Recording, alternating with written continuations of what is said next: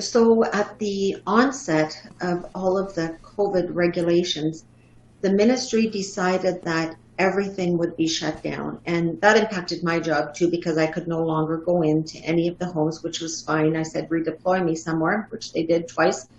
But basically what they did was they took away all of the support staff that were not health professionals. So now a home that's used to having visitors, volunteers, family members, students, all those people were not able to go in. So if you think about that, that is taking an enormous amount of hours of care away from that institution or that long-term care home and left with nothing, right? There was nothing to replace it with. Mm-hmm.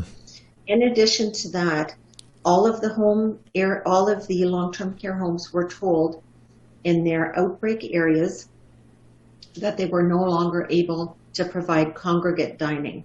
So basically in long-term care, I don't know if you've been in a long-term care home, Tom, but most of them really mimic sort of a social setting where you have mm-hmm. a large number of people. It could be 20, 30, 40, 50, depending on the size of the home and the size of the dining room.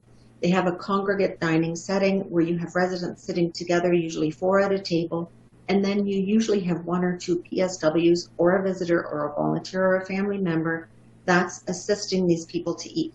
That was taken away, mm-hmm. and now all of a sudden, tray service was introduced, so 1 PSW going to 1 resident and feeding 1 person at a time, and usually in bed or in their room if they were isolated.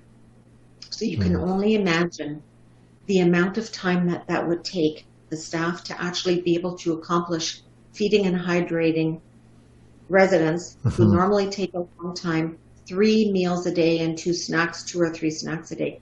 That becomes an impossible task